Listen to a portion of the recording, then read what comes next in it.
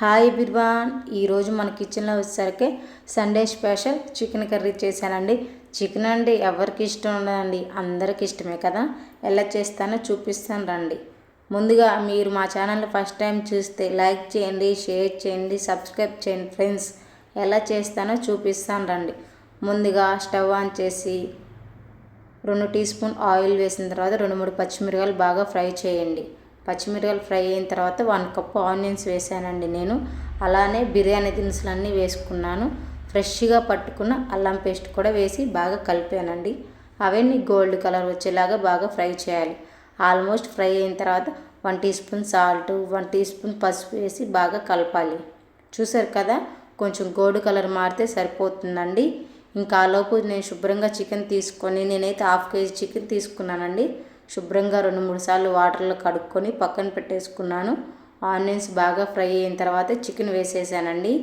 ఇంకా చికెన్ వేసి ఒకసారి అట్లా కలిపేసి గంటతో ఒక 10-15 నిమిషాలు మీడియం మంట మీద కుక్ చేయండి.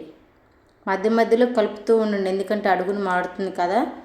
ఆల్మోస్ట్ మగ్గిపోయిన తర్వాత నేను 2 టమాటాలు మిక్సీ పట్టుకున్నానండి ముందుగానే. అవి క్లిప్ మిస్ అయింది, అందుకే చెప్తున్నాను.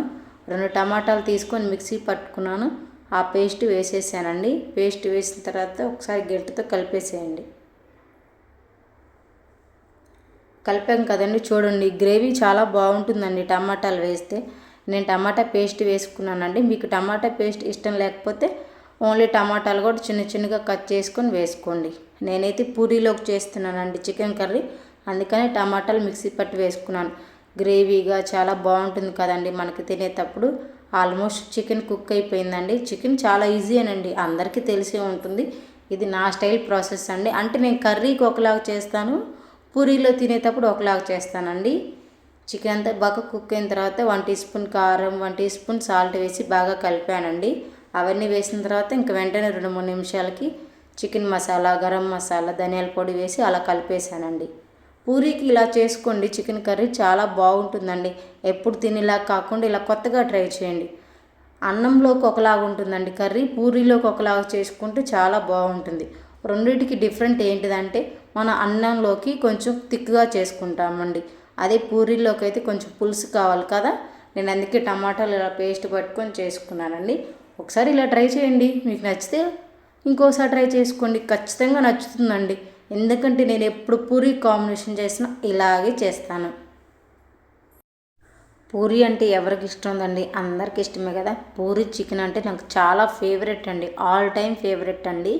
పూరీలోకి ఇలా ఒకసారి ట్రై చేయండి, చికెన్ కర్రీ అద్దరిపోతుంది.